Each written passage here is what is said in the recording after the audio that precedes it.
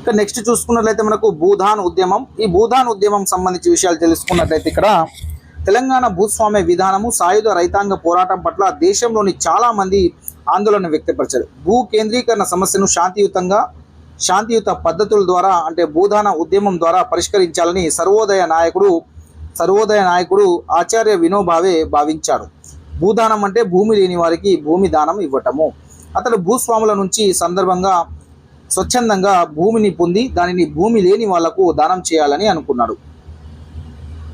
1951 April 18న వినోబావే Bhoodan ఉద్యమాన్ని ప్రారంభించడం అయితే జరిగింది. 1951 ఏప్రిల్ 18న భూ సంస్కరణల చరిత్రలో దీనిని ఒక మైలురాయిగా కొనియాడడం అనేది జరిగింది. అయితే సర్వోదయ ఉద్యమంలో భాగంగా వినోబాజీ గారు హైదరాబాద్ దగ్గర ఉన్న శివరాంపల్లికి వచ్చారు. అక్కడి నుంచి యాదాద్రి జిల్లాలోని పోచంపల్లికి పాదయాత్రగా వెళ్లారు వినోబాజీ గారు. అయితే గ్రామంలో చెరువు దగ్గర జూవి చెట్టు కింద ప్రార్థన సమావేశాన్ని నిర్వహించాడు. ఆ సమావేశంలో షెడ్యూల్ కులాలు అంటే ఎస్సీ చెందినటువంటి 40 కుటుంబాలు తమకు భూమిని ఇప్పించమని కోరారు. ఆ సమావేశంలో తన తండ్రి జ్ఞాపకార్థంగా వెదిరే రామచంద్రారెడ్డి గారు తన తండ్రి జ్ఞాపకార్థము 250 ఎకరాలు దానంగా ఇవ్వడం అనేది జరిగింది. అయితే భూమిని దానంగా పొందిన మొదటి వ్యక్తి ఎవరు అంటే మైసయ్య. గుర్తుపెట్టుకోండి, భూమిని దానంగా పొందిన మొదటి వ్యక్తి మైసయ్య. ఈ ఘటనతో స్ఫూర్తి పొందిన వినోబాజీ భూదాన ఉద్యమాన్ని చేపట్టాడు. ఆ తర్వాత దీనిని గ్రామదాన ఉద్యమంగా మార్చాడు. చూడండి, భూదాన ఉద్యమాన్ని ఏ విధంగా మార్చాడు? గ్రామదాన ఉద్యమంగా కూడా మార్చడం అనేది జరిగింది. గ్రామదాన ఉద్యమంగా మార్చారు భూదాన ఉద్యమాన్ని. దేశవ్యాప్తంగా 44 లక్షల ఎకరాల భూమిని దానంగా పొందాడు. అయినప్పటికీ సారవంతమైన భూములు ఎక్కువగా మోతాదులో భూస్వాముల ఆధీనంలోనే కొనసాగుతుండడం వల్ల ఈ ఉద్యమం దేశంలోని భూ సమస్యను పెద్దగా ప్రభావితం చేయలేకపోయింది. సో ఆచార్య వినోబావే లేదా వినోబాజీ గారు ఇక్కడ మీకు కనిపిస్తున్నారు. ఇతను అదేవిధంగా వెదిరే రామచంద్రారెడ్డి 250 ఎకరాలు తన తండ్రి జ్ఞాపకార్థము ఇవ్వడం జరిగింది దానంగా. ఇక్కడ దానంగా భూమి పొందిన మొదటి రైతు వ్యక్తి ఎవరంటే ప్రథమ భూదాన గ్రహీత ఎవరంటే మైసయ్య. సో ఇది గుర్తుపెట్టుకునే ప్రయత్నం అయితే చేయండి. నెక్స్ట్ ఆహార అసమానత. ఇక మనము నెక్స్ట్ చూసుకున్నట్లయితే ఆహార అసమానత. శాస్త్రజ్ఞులు పరిశోధన కేంద్రాలలో ప్రయోగాలు చేసి గణాంకాలు సేకరించినట్లు సామాజిక శాస్త్రవేత్తలకు సర్వేలు విలువైన గణాంకాలను విశ్లేషణలను రుజువులు చేస్తాయి. అయితే ప్రజలు సామాజిక ఆర్థిక పరిస్థితులు తెలుసుకోవడానికి భారత ప్రభుత్వము ప్రతి 4 లేదా 5 సంవత్సరాలకు ఒకసారి జాతీయ నమూనా సర్వే నేషనల్ శాంపుల్ సర్వేని నిర్వహిస్తుంది. ఎన్ని సంవత్సరాలకు? 4 లేదా 5 సంవత్సరాలకు ఒకసారి. దేశవ్యాప్తంగా పెద్ద సంఖ్యలో కుటుంబాల నుంచి ఇంటర్వ్యూల ద్వారా సర్వే చేసి కావాల్సిన సమాచారాన్ని సేకరిస్తారు. ప్రజల ఉపాధి, వాళ్ళు చేసిన ఖర్చు, పాఠశాల విద్య, ఆరోగ్యం, తాగునీటి అందుబాటు వంటి విషయాల్లో ఏమవుతుందో తెలుసుకోవడానికి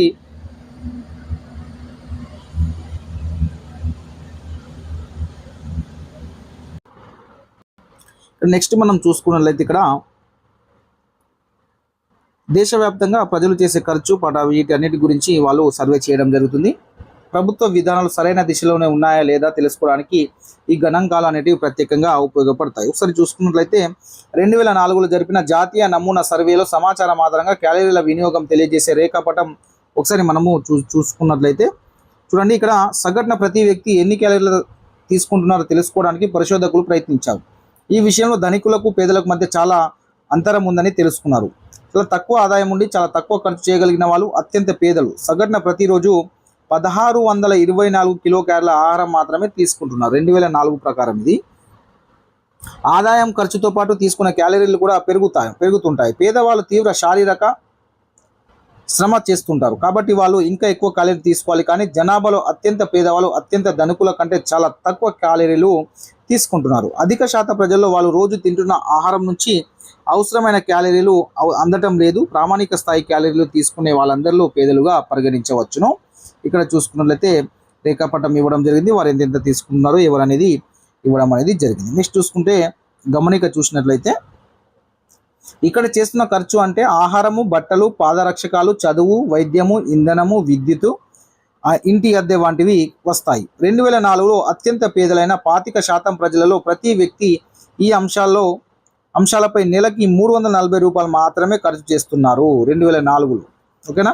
అంటే ఈ నిత్యావసర వస్తువులకు రోజుకు 12 రూపాయలు, కంటే తక్కువ అన్నమాట. రెండో 25%లోని వాళ్ళు కొంచెం ఎక్కువ ఖర్చు చేస్తున్నారు. ఎక్స్ అక్షంపై ముందుకు వెళ్తున్న కొద్దీ వాళ్ళు చేస్తున్న ఖర్చు అనేది పెరుగుతుంది చూడండి. వీరు అట్టడుగు శాతం వాళ్ళు 1624 క్యాలరీల శక్తి మాత్రమే వీరు సంబంధించిన క్యాలరీలు మాత్రమే తీసుకున్నారు. తర్వాత రెండో వాళ్ళు కొద్దిగా ఎక్కువ 1900, తర్వాత మూడో వాళ్ళు ఇంకా మూడవ 25% మంది ఏమో 2143, ఇంకో ధనికులైన 25% ఏమో 2521 క్యాలరీల శక్తి అనేది తీసుకుంటున్నారు. ఇక నెక్స్ట్ చూసుకున్నట్లయితే బాడీ మాస్ ఇండెక్స్కి సంబంధించి చూసినట్లయితే ఇక్కడ మనం సరిగా పోషించబడుతున్నామా లేదా అనేది తెలుసుకోవడానికి పోషకాహార శాస్త్రవేత్త తెలిపిన బాడీ మాస్ ఇండెక్స్ BMI అనేది ఒక మార్గము. దీన్ని గణించడం చాలా సులభం. తరగతిలోని ప్రతి విద్యార్థి బరువు అదేవిధంగా ఎత్తును కనుగొనాలి. విద్యార్థి బరువులో కిలోగ్రాములలో తీసుకోవాలి. గోడపై ఎత్తును సూచించే కొలతలను గీయడం ద్వారా ఎత్తు కొలతను తీసుకోవాలి. కొలత తీసుకునేటప్పుడు తలను నిటారుగా ఉంచేలా చేయడం అని చెప్పాలి. సెంటీమీటర్లో తీసుకున్న కొలతను మీటర్లలోకి మార్చాలి. సెంటీమీటర్లు ఉన్నదాన్ని మీటర్లలోకి మార్చాలి. కిలోలు తీసుకున్న విద్యార్థుల బరువును వారి ఎత్తు యొక్క వర్గంతో భాగించండి. మీరు పొందిన సంఖ్యను BMI అంటారు. ఓకేనా. సెంటీమీటర్లను మీటర్లోకి మార్చుకోవాలి. ఆ కొలతలను మార్చుకున్న తర్వాత కిలోలో తీసుకున్న విద్యార్థుల బరువును వారి యొక్క ఎత్తు యొక్క వర్గంతో భాగించాలి. వారి యొక్క ఎత్తు యొక్క వర్గంతో భాగించాల్సి అయితే ఉంటుంది. అప్పుడు మనకు BMI అనేది వస్తుంది. చూడండి BMI వయసు పట్టికను చూడండి. ఇక్కడ మనకు ఉదాహరణకు ఒక బాలిక 14 ఏళ్ళ 8 నెలల వయసు ఉంటే BMI ప్రకారము ఆమె 15.2 ఉంటే ఆమె పోషకాహార లోపాన్ని కలిగి ఉందని అర్థం. అదేవిధంగా 15 సంవత్సరాలు 6 నెలల వయసు ఉన్న బాలుడికి BMI 28 అయితే అతను అధిక బరువు కలిగి ఉన్నాడని అర్థం. విద్యార్థుల జీవన పరిస్థితి, ఆహార మరియు వ్యాయామ అలవాట్లను గురించి తరగతి గదిలో ఎవరిని నొప్పించకుండా చర్చించాలని చెప్పారు. ఇక్కడ చూసుకున్నట్లయితే ఇక్కడ BMI చూడండి, శారీరక బరువు అంటే కిలోలో తీసుకోవాలి. ఎత్తు ఇంటూ ఎత్తు అదే వర్గంతో గణించాలని చెప్పారు కదా. సో వచ్చిన బరువును కిలోలలో తీసుకొని ఎత్తుని దాని వర్గంతో అంటే ఎత్తు ఇంటూ ఎత్తు స్క్వేర్ చేయాలి. కాబట్టి మీటర్లలో తీసుకోవాలి. సెంటీమీటర్లు ఉన్నదో అంటే హైట్ని మనం మీటర్లలో తీసుకొని మీరు చేస్తే మీకు BMI అనేది వస్తుంది. నెక్స్ట్ చూసుకున్నట్లయితే మహాత్మా గాంధీ జాతీయ గ్రామీణ ఉపాధి హామీ చట్టం మన్రేగా అంటారు. Mahatma Gandhi national rural employment guarantee act MNREGA అంటే. నెక్స్ట్ చూసుకున్నట్లయితే ఇక్కడ బీహార్లో అరేరియా జిల్లాకి చెందిన బాలేశ్వర్ మహాతో తన కుటుంబ పోషణకు ప్రతి సంవత్సరము పని వెతుక్కుంటూ పంజాబ్కి వెళ్ళేవాడు. ఎవరు? అరేరియా జిల్లాకి చెందిన బాలేశ్వర్ అనే వ్యక్తి. బాలేశ్వర్ మహాతో తన కుటుంబం అంతా వెళ్ళేది. ఈ జూన్లోనూ అతడు ఎక్కడికి వెళ్ళాలనుకున్నాడు. అయితే అతనికి ఉపాధి హామీ చట్టం కింద తన గ్రామంలోని పని దొరకడంతో ఊళ్ళోనే ఉండిపోవాలని నిర్ణయించుకున్నాడు. స్థానికంగా పని దొరకడం కష్టం కాబట్టి అరేరియా ప్రాంత ప్రజలు దూరంగా ఉన్న పంజాబ్, ఢిల్లీ, గుజరాత్లో పని వెతుక్కుంటూ వెళ్లాల్సి వస్తుంది. స్థానికంగా దొరికే పని దినాల కూలీ రేట్లు చాలా తక్కువ. పంట కోతల సమయంలో రోజుకు 40 నుంచి 60 రూపాయలు ఇస్తారు. మిగిలిన సమయాల్లో ఇది మరీ తక్కువ, 25 నుంచి 50 రూపాయలు. కుటుంబాలు ఎవరైనా జబ్బుపడి తన ఊళ్ళోనే ఉండిపోవాల్సి పరిస్థితి ఏర్పడినప్పుడు బాలేశ్వర్ ఇటువంటి పనికి వెళ్తాడు. ఇప్పుడు దాదాపుగా 300 రూపీస్ దాకా అయితే కూలీ అయితే ఉంది ప్రజెంట్ ఉపాధి హామీది. సో మేము కూడా వెళ్ళడం జరిగింది. ఇక్కడ చూసుకున్నట్లయితే ఇక్కడ పట్టణాలలో వలస కార్మికులు చాలా దారుణ పరిస్థితుల్లో జీవిస్తుంటారు. ఆవాసం, తాగడానికి శుభ్రమైన నీళ్లు, పారిశుద్ధ్యం వంటి మౌలిక వసతులు ఏవి వాళ్ళకు ఉండవు. ఊళ్ళోనే ఉండిపోయే మహిళలు, పిల్లలు భద్రత రాహిత్యానికి గురవుతారు. తరచూ కుటుంబ సంబంధాలు దెబ్బతింటూ ఉంటాయి. ఉపాధి హామీ చట్టం వల్ల బాలేశ్వర్కి 3 విధాల లాభమైంది. స్థానికంగా ఉపాధి దొరకడం కాకుండా అతడు తన కుటుంబంతో ఉన్న కొద్దిపాటి భూమిని సాగు చేసుకోవచ్చు.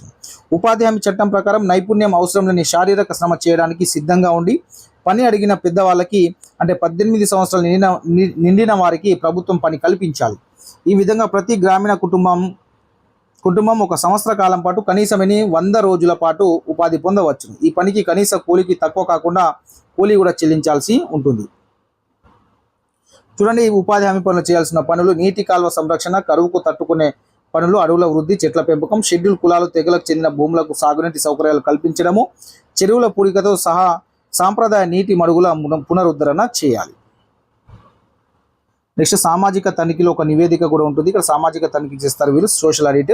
2009 ఫిబ్రవరిలో నిజామాబాద్ జిల్లా ఈషాపల్లిలో సామాజిక తనిఖీ బృందం ఇచ్చిన నివేదికలోని అంశాలు చూసినట్లయితే చెల్లింపులు సరిగానే జరిగాయి.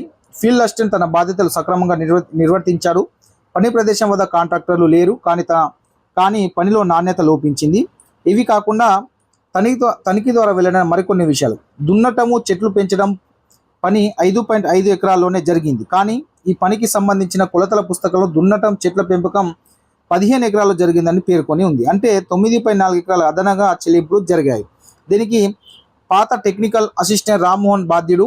రికార్డుల ప్రకారం సిండికేట్ నగర్కి చెందిన రమాదేవి గులకరాళ్ల కట్టలు వేసినందుకు 60 రోజులకు 400 రూపాయలు చెల్లించారు. కానీ ఆమెకు ఇంకా మొత్తం చెల్లించలేదు. సో తెలంగాణ ప్రభుత్వము గ్రామీణ అభివృద్ధి శాఖలో సామాజిక తనిఖీ చూడండి. తెలంగాణ ప్రభుత్వము గ్రామీణ అభివృద్ధి శాఖలో సామాజిక తనిఖీ, జవాబుదారీతనం, పారదర్శకత సంఘం సామాజిక తనిఖీ బాధ్యత వహిస్తుంది. ఇక్కడ ఇది గుర్తుపెట్టుకొని, తెలంగాణ ప్రభుత్వము గ్రామీణ అభివృద్ధి శాఖలో సామాజిక తనిఖీ, జవాబుదారీతనము, పారదర్శకత సంఘం సామాజిక తనిఖీ బాధ్యత వహిస్తుంది. ఈ సంఘం వెబ్సైట్లో మీ గ్రామానికి సంబంధించిన సామాజిక తనిఖీ సమాచారాన్ని పొందుపరుస్తుంది. సో ఇది గుర్తుపెట్టుకునే ప్రయత్నం అయితే చేయండి. నెక్స్ట్ చూసుకున్నట్లయితే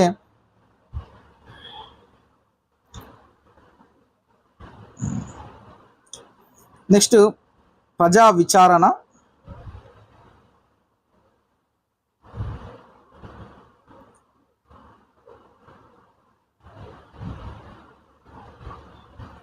ప్రజా విచారణ ఒకసారి చూసుకున్నట్లయితే జన్ సున్ వాయ్ అంటే ప్రజా విచారణ. జన్ సున్ వాయ్ అంటే ప్రజా విచారణ అని అర్థం. పేరుతో జన్ సున్ వాయ్ పేరుతో MKSS అంటే మజ్దూర్ కిసాన్ శక్తి సంఘటన్ మజ్దూర్ కిసాన్ శక్తి సంఘటన్ సమావేశాలు నిర్వహించేది MKSS. పేదలలో చాలామంది ప్రభుత్వ పత్రాలు తమంతట తామే చదవలేరనేది వాస్తవం. ఊరిలో ఉన్న ప్రతి ఒక్కరికి ఆ పత్రంతో ఏమి ఉందో తెలుసుకోవాలని ఉంటుంది. ఇక్కడ చూసుకున్నట్లయితే కాబట్టి వీటిని పైకి చదివి వినిపించే వాళ్ళు, వివరించే వాళ్ళు, చేతి పంపు వాళ్ళు వివరించే వాళ్ళు పైకి చదివి. చేతి పంపు వేయడానికి ఎవరికి వెళ్ళి చెప్పాలో, కూలి చెల్లించాలో మాస్టర్ హాజరు జాబితా తెలియజేస్తుంది. మాస్టర్ జాబితా పేర్లు ఉన్న వాళ్ళు ఆ సమయంలో ఊళ్ళో ఉన్నారా లేదా వలస వెళ్ళారా ప్రజలు చెప్పగలుగుతారు. లేదా మాస్టర్లో పేర్కొన్న మొత్తం వాళ్లకు చెల్లించాలో లేదో చెప్పగలుగుతారు. దీని ద్వారా ఏదైనా అవినీతి జరిగి ఉంటే అది వెల్లడవుతుంది. ఇటువంటి సమావేశాల ద్వారా ప్రజలకు కార్యాచరణకు పూనుకునే వాళ్ళు పత్రాలలో ఉన్న సమాచారం గురించి వివరించడానికి, సమర్థించుకోవడానికి అధికారులు కూడా అవకాశం ఇచ్చేవాళ్ళు. ఈ సమావేశాల్లో జిల్లా పాలనా యంత్రాంగం, పంచాయతీ అధికారులు కూడా పాల్గొనేవాళ్ళు. అవినీతి గుర్తించినప్పుడు సంబంధిత వ్యక్తుల మీద కేసులు నమోదు చేసేవారు.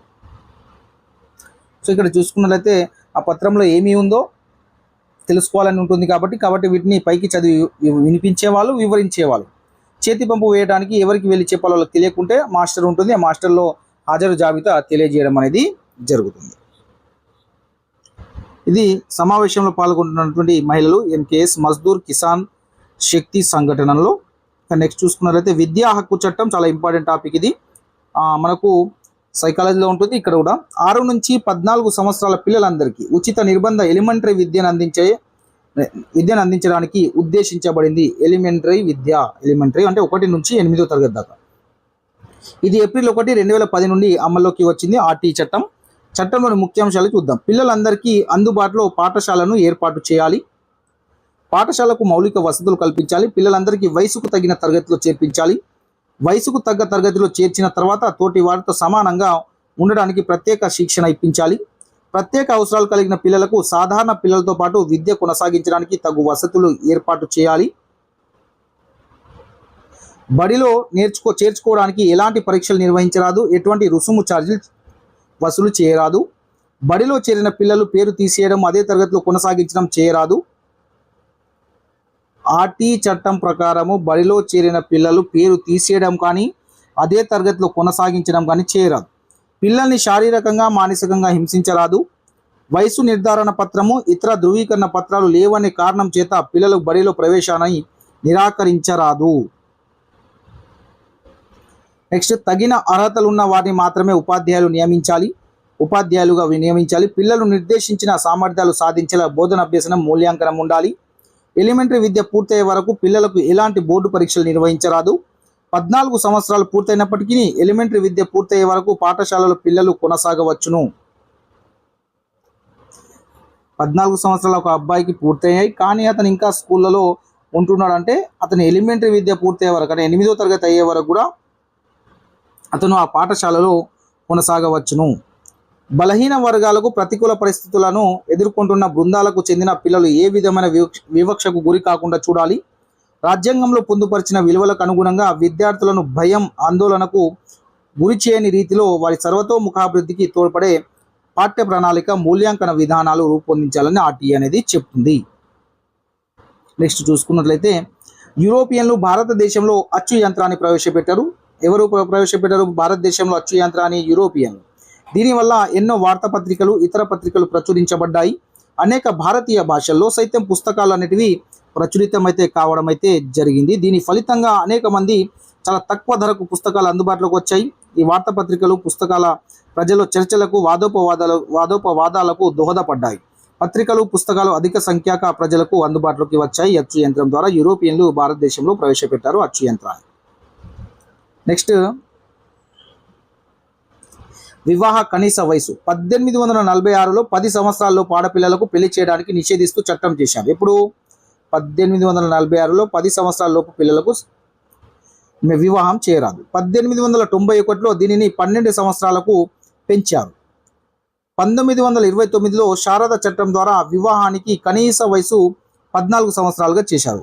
ఏ చట్టము? శారద చట్టం ద్వారా 14 సంవత్సరాలకు పెంచారు. ఈ పరిమితిని 1978లో ఆడపిల్లలకు కనీస వయసు 18 సంవత్సరాలకు, మగపిల్లలకు 21 సంవత్సరాలుగా పెంచడం అనేది జరిగింది. ఇది గుర్తుపెట్టుకోండి.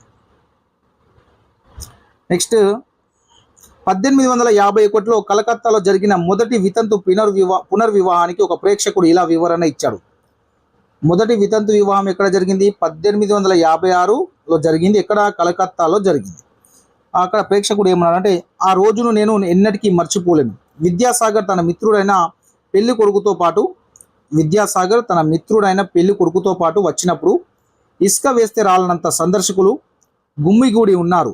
ఆ పెళ్లి జరిగిన తర్వాత బజార్లలో, దుకాణాల్లో, వీధుల్లో, బహిరంగ ప్రదేశాల్లో, విద్యార్థుల వసతి గృహాల్లో, ఇళ్లలో, మారుమూల గ్రామాల్లో అంతటా అందరి నోట ఇదే చర్చ. మహిళలు కూడా ఈ విషయం గురించే తీవ్రంగా చర్చించారు. వితంతు పునర్వివాహాన్ని సమర్థించే వాళ్ళు, వ్యతిరేకించే వాళ్ళు సంభాషణ ఇది విద్యార్థులకు చెప్పమని చెప్తారు. ఇక్కడ చూసినట్లయితే మనకు మొట్టమొదటి వితంతు పునర్వివాహం ఎక్కడ జరిగింది? కలకత్తాలో జరిగింది. ఎప్పుడు జరిగింది? 1856లో. సో విద్యాసాగర్ తన మిత్రుడు పెళ్లి కొడుకు వెళ్ళడం జరిగింది. నెక్స్ట్, మీకు మీ ప్రాణం మీద ఎంత ప్రేమో మహిళలకు కూడా అలా ఉండదా?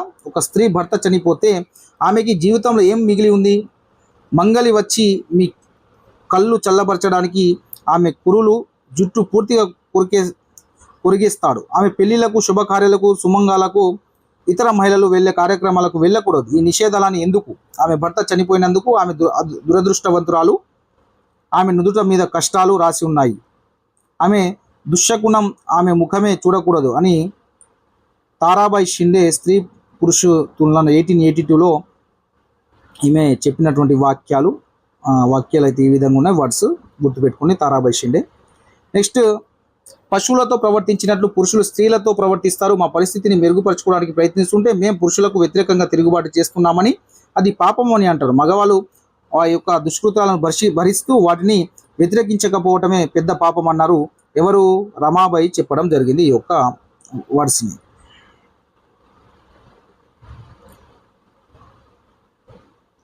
నెక్స్ట్ 2004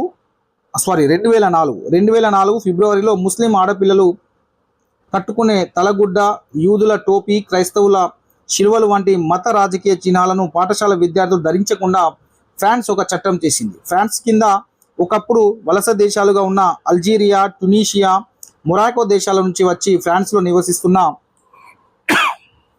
వాళ్ళు ఈ చట్టాన్ని తీవ్రంగా వ్యతిరేకించారు. 1960లో ఫ్రాన్స్లో కార్మికుల కొరత తీవ్రంగా ఉండడంతో ఆ దేశాల నుంచి వలస వచ్చి పనిచేయడానికి వీసాలు ఇచ్చింది. ఈ వలస కుటుంబాల ఆడపిల్లలు బడికి వెళ్ళేటప్పుడు తలకి గుడ్డ కట్టుకుంటారు. ఈ చట్టం చేసిన తర్వాత తలకి గుడ్డ కట్టుకున్నందుకు ఈ పిల్లలను బడి నుంచి బహిష్కరించబడడం అనేది జరిగింది. తర్వాత మళ్ళీ వాటిని తీసేయడం అనేది జరిగింది. 2004లో ఆ యొక్క చట్టాన్ని తెచ్చింది. ఏ దేశం అంటే ఫ్రాన్స్ దేశానికి వలసగా ఏవే దేశాలు వస్తున్నా అల్జీరియా, టునీషియా, మొరాకో. నెక్స్ట్ వివిధ నాట్య రూపాలు. యక్షగానం లేదా జక్కుల భాగవతం లేదా వీధి భాగవతం ఒక ప్రసిద్ధి తెలుగు జానపద కళారూపం. దీన్నే యక్షగానం అంటాం, జక్కుల భాగవతం అంటే దీన్నే వీధి భాగవతం అని కూడా అంటాం. కళాకారులు లయబద్ధంగా నాట్యం చేస్తూ చిందులు వేయటం వల్ల దీనికి చిందు భాగవతం అని కూడా పేరు ఉంది ఈ యక్షగానానికి. 13వ శతాబ్దం నుండి బాగా ప్రాచుర్యంలోకి వచ్చినట్లు పండితారాధ్య చరిత్ర, బసవ పురాణం వంటి గ్రంథాల ద్వారా మనకు తెలుస్తుంది. బహిరంగ స్థలాల్లో 4 రోడ్ల కూడలలో వేదికపై పందిరి వేసి ప్రదర్శిస్తారు. ప్రారంభంలో అనేక రకాల పాత్రలకు ఒక్కరే ప్రదర్శిస్తూ పాటలు పాడుతూ నాట్యం చేసేవారు. కానీ నేడు ఒక్కొక్క పాత్రను వేర్వేరు కళాకారులు పోషిస్తున్నారు. ఇందులో నటన ప్రధానం కాదు, కానీ కథ యొక్క వివరణ చాలా ప్రధానమైనది. యక్షగానంలో నటన కంటే కథ యొక్క వివరణకు చాలా ప్రధానమైనది. యక్షగానం సంభాషణలు, పాటలు మరియు పద్యాలతో కలిసి ఉంటుంది.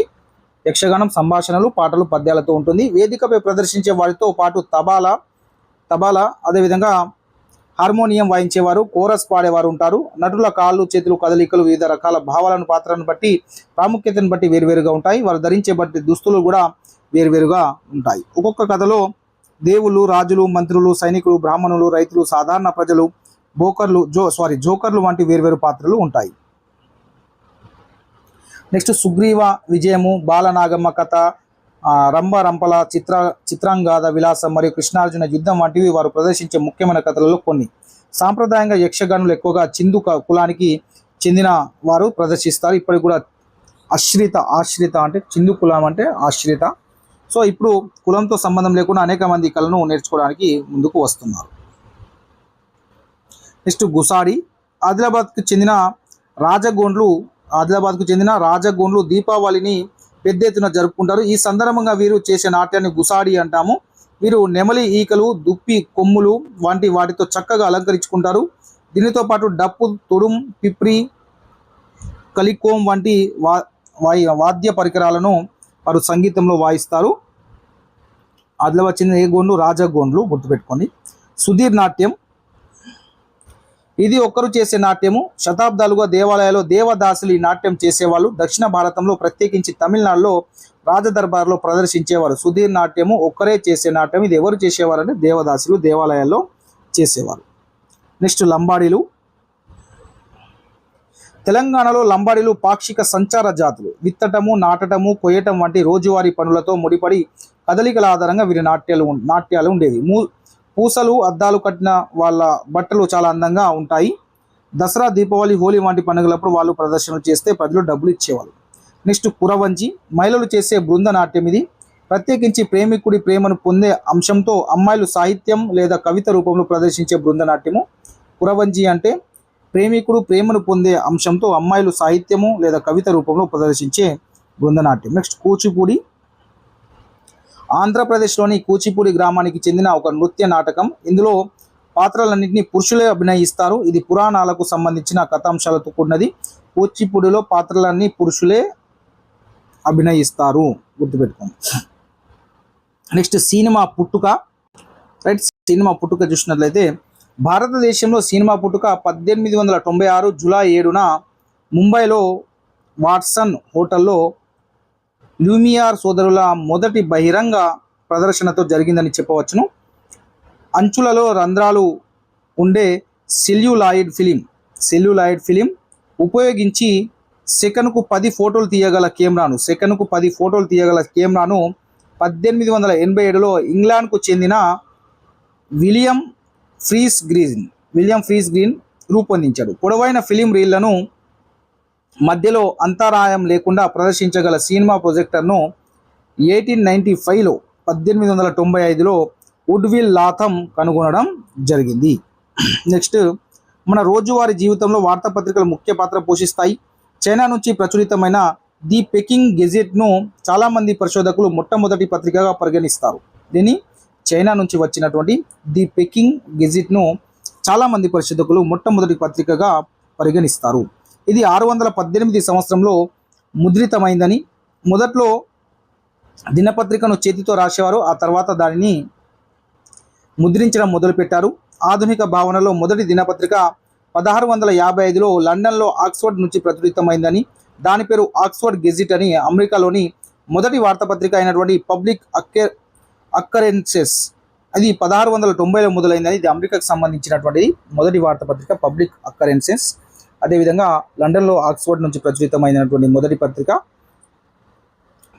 నెక్స్ట్ చూసుకున్నట్లయితే భారతదేశంలో మొదటి వార్తాపత్రిక కలకత్తా నుంచి 1780లో ప్రచురితమైంది. భారతదేశంలో మొదటి వార్తాపత్రిక కలకత్తా నుంచి 1780లో ప్రచురితమైంది. అది బెంగాల్ గెజెట్ అని అంటాం. దానికి కలకత్తా అడ్వర్టైజర్ అన్న మరో పేరు కూడా ఉంది. బెంగాల్ గెజెట్కి మరో పేరు కలకత్తా అడ్వర్టైజర్. భారతదేశ 2వ, 3వ, 4వ వార్తాపత్రికలైన Indian gazette, Calcutta gazette, Bengal journal కూడా కలకత్తా నుంచే వెలువడ్డాయి. తెలుగులో మొదటి దినపత్రిక కృష్ణ పత్రిక. దాని సంపాదకుడు ముట్నూరి కృష్ణారావు. ఇది ఆల్రెడీ మనం చదువుకున్నాము, మచిలీపట్నం. సో 2వ, 3వ, 4వ, 2వదేమో ఇండియన్ గెజిట్, 3వదేమో కలకత్తా గెజిట్, 4వదేమో బెంగాల్ జర్నల్. ఇవి కూడా కలకత్తా నుండే వెలువడ్డాయి. తెలుగు మొదటి దినపత్రిక వచ్చేసరికి కృష్ణ పత్రిక. నెక్స్ట్ చూసుకున్నట్లయితే విపత్తుల నిర్వహణ ఒకసారి చూసినట్లయితే ఇక్కడ మనకు 1997 నవంబర్ 15న ఆంధ్రప్రదేశ్లో పెను తుఫాను తాకింది. 200 కిలోమీటర్ల మించిన వేగంతో గాలులు వీచాయి. 10,000కు పైగా ప్రజలు చనిపోయారు. 50,000కు పైగా నిరాశ్రయులయ్యారు. అప్పుడు ఏం చేసిరంటే 378 కోట్లు నష్టమైతే తుఫాన్లు అప్పుడు చేయవలసినటువంటి అత్యవసర స్పందన సహాయం చేయాలి. తర్వాత పునరావాసం, పునర్నిర్మాణం వాళ్ళకి కల్పించాలి. తర్వాత నష్ట నివారణ చర్యలు చేపట్టాలి. తర్వాత సంసిద్ధత అనేది చేయాలి. ఈ విధంగా ఆ విపత్తు నిర్వహణలో చేయడం వాళ్ళకి ఆశ్రయం అయితే కల్పించాల్సిన అవసరం అయితే ఉంటుంది. విపత్తు నిర్వహణ దశలు ఈ విధంగా ఉంటాయి. ఫస్ట్ ఏమో విపత్తు నిర్వహణ దశల్లో ఫస్ట్ చూసుకున్నట్లయితే విపత్తు సంభవించిన తర్వాత వాళ్ళు అత్యవసర స్పందన సహాయం చేయాలి. తర్వాత పునరావాసము, పునర్నిర్మాణం చేయాలి. తర్వాత నష్టప నివారణ చర్యలు చేపట్టాలి. తర్వాత సంసిద్ధంగా అన్ని రెడీ చేసి పెట్టాలి. ఇక నెక్స్ట్ సునామీల గురించి ముందుగా పసిగట్టడం. సునామీకి కారణమయ్యే భూకంపాల గురించి ఉపగ్రహ సాంకేతిక విజ్ఞానంతో దాదాపు వెనువెంటనే హెచ్చరికలు జారీ చేయవచ్చు. సునామీ కేంద్రం నుంచి తీరం ఎంత దూరం అన్నదాన్ని బట్టి హెచ్చరిక ఎంత ముందుగా చేయవచ్చు అనేది ఆధారపడి ఉంటుంది. హెచ్చరికలో ఏ తీర ప్రాంతానికి ఎంత సమయంలో సునామీ తాకవచ్చు కూడా చెబుతారు. తీర ప్రాంత అలల కొలతల పరికరాలు సునామీల తీరం దగ్గర గుర్తించగలవు, కానీ సముద్రం లోపల ఇవి ఉపయోగపడవు. సముద్రం లోపలి కేబుల్ల ద్వారా భూమికి అనుసంధానం చేసిన సునామీ డిటెక్టర్లు సముద్రంలో 50 కిలోమీటర్ల లోపలికి ఉంటాయి. సునామీ డిటెక్టర్లు సునామీ మీటర్లు సముద్ర ఉపరితలంపై అల్లజడులను గుర్తించి వాటికి ఉపగ్రహాలకు ప్రసారం చేస్తాయి. నెక్స్ట్ సాంఘిక మత సంస్కరణ ఉద్యమాలు ఒకసారి చూసినట్లయితే బ్రహ్మ సమాజాన్ని రాజా రామ్మోహన్ రాయ్ స్థాపించారు. ఎప్పుడు 1828లో స్థాపించారు. ప్రార్థన సమాజాన్ని డాక్టర్ ఆత్మారాం పాండురంగ స్థాపించారు 1867లో. దీని యొక్క స్థాపన లక్ష్యం ఏంటంటే రెండు సంస్థల యొక్క బ్రహ్మ సమాజం, ప్రార్థన సమాజం యొక్క లక్ష్యాలు రెండు ఒకటే. ఈ సంస్థల ప్రధాన లక్ష్యము హిందూ మతంలోని దురాచారాల నుంచి రూపుమాపి మతాన్ని పరిశుద్ధం చేయడం మరియు సాంఘిక ఆర్థిక సంస్కరణలు చేపట్టడం, కులాంతర వివాహాలు, వితంత వివాహాలు నిర్వహించడం, స్త్రీ విద్య, పాశ్చాత్య విద్యను ప్రోత్సహించడము ఈ బ్రహ్మ సమాజం, ప్రార్థన సమాజం యొక్క ప్రధాన లక్ష్యాలు. నెక్స్ట్ సత్యశోధక సమాజాన్ని దీన్ని జ్యోతి బాపులే స్థాపించారు. సత్యశోధక సమాజాన్ని జ్యోతి బాపులే స్థాపించారు. ఇది కూడా మనకు ప్రశ్న రావడం జరిగింది. ఎప్పుడు స్థాపించారు? 1873లో. అట్టడుగు వర్గాల వారిని ఉన్నత స్థితిలోనికి తీసుకురావడం మరియు మూఢ విశ్వాసాలను వ్యతిరేకించడం అనేది సత్యశోధక సమాజం యొక్క సంస్థ యొక్క లక్ష్యము. నెక్స్ట్ మొహమ్మదియన్ లిటరేచరీ సొసైటీ ఈ సంస్థను నవాబ్ అబ్దుల్ లతీఫ్ స్థాపించారు. 1863లో స్థాపించారు. దీని లక్ష్యం ఏంటంటే ముస్లిం ప్రజలలో విద్యను వ్యాప్తి చేయడం అనేది మొహమ్మదియన్ లిటరసీ సొసైటీ యొక్క లక్ష్యం. నెక్స్ట్ ఆర్య సమాజం అయితే స్వామి దయానంద సరస్వతి స్థాపించారు ఆర్య సమాజాన్ని ఇప్పుడు 1875లో. దీని యొక్క లక్ష్యం ఏంటంటే మత మరియు సాంఘిక సంస్కరణలు, వేద వాజ్మయాన్ని ప్రచారం చేయడము. నెక్స్ట్ దివ్య జ్ఞాన సమాజాన్ని ఎవరు స్థాపించారంటే madam Blavatsky, Henry Olcott. Madam Blavatsky, అదేవిధంగా హెన్రీ ఆల్కాట్ అనే వాళ్ళు ఈ దివ్య జ్ఞాన సమాజాన్ని 1882లో స్థాపించారు. దీని యొక్క లక్ష్యం కూడా వేద వాజ్మయాన్ని పునరుద్ధరించడము. Next Ramakrishnan machine Swami Vivekananda 1887. రామకృష్ణ పరమహంస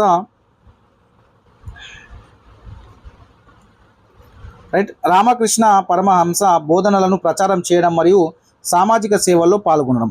స్వామి వివేకానంద రామకృష్ణ మిషన్ను ఏర్పాటు చేశారు.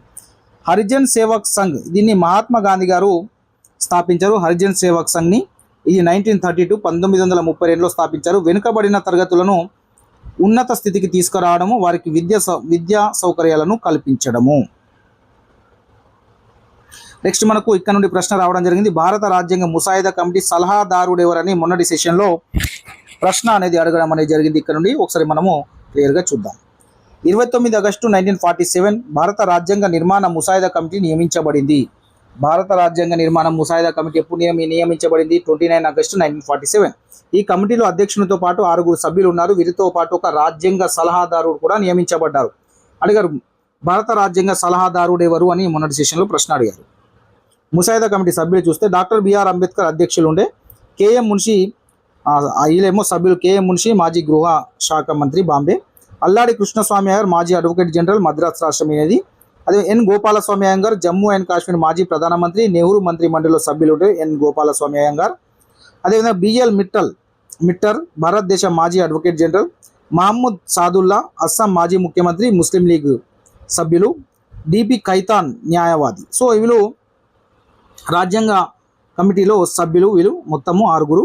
సో వీరితో పాటు రాజ్యాంగ సలహాదారునిగా శ్రీ బెనగల్ నరసింగరావు గారు నియమించబడ్డారు. రాజ్యాంగ సలహాదారుడు ఎవరని డైరెక్ట్ ప్రశ్న అడిగారు. శ్రీ బెనగల్ నరసింగరావు గారు నియమించబడ్డారు.